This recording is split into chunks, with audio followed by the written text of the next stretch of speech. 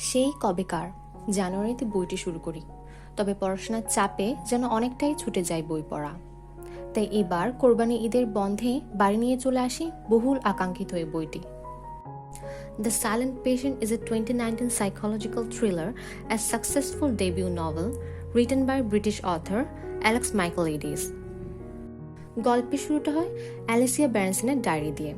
A passionate artist, an accused wife whom people have suspected and condemned for her husband's murder. The story got revealed by Theo Faber, a forensic psychotherapist, or should I say wounded therapist, who desires to understand, help and intervene in Alicia's case. উপন্যাসটি বেশ contemporary ধাঁচের। Readers can easily visualize the images that has been written in the book. উপন্যাসটি খুব সুন্দরভাবে মানব সম্পর্কের জটিল সমীকরণগুলো তুলে ধরতে সক্ষম হয়। বেশ বোধগম্যভাবে লেখক ফ্রয়েডের আর্লি লাইফ কনফ্লিক্ট কিভাবে ব্যক্তিকে সারা জীবন তাড়িয়ে বেড়ায় তার সুন্দর একটি দৃষ্টান্ত উপস্থাপন করতে পেরেছেন বলে আমার মনে হয়।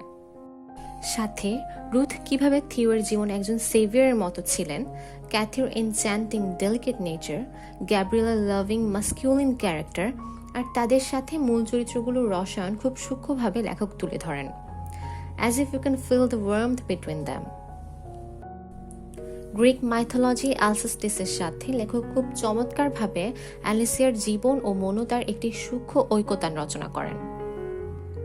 তবে যা উপন্যাসটিতে অন্য মাত্রা যোগ করে তা এর প্লট টুইস্টের মধ্যেই নিহিত।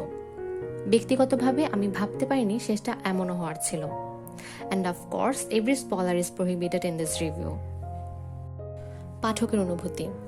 As a clinical psychology student, unresolved childhood trauma, পেশা হিসেবে একজন থেরাপিস্টের দায়িত্বশীলতা, malpractice, dark sides of mental health industry আমাকে বেশ ভাবায়।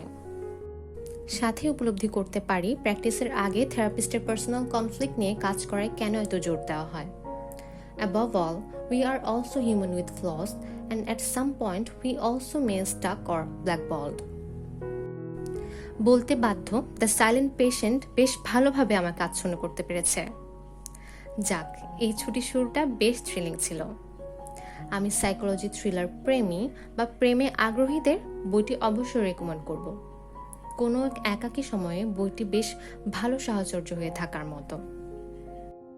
আর যদি কারো বই সংগ্রহের বাতিক থাকে তাহলে বলবো বইটি আপনার সংগ্রহশালাকে সমৃদ্ধ করতেই পারে। আমি অনেকটা বেছে বেছে এখন বই পড়ছি, তাই যেটাই পড়ব অবশ্য নিজের মতো তুলে ধরার একটা প্রয়াস রাখব। যারা ইতিমধ্যে পড়েছেন কমেন্টে আপনাদের এক্সপিরিয়েন্স জানাতে ভুলবেন না। ধন্যবাদ।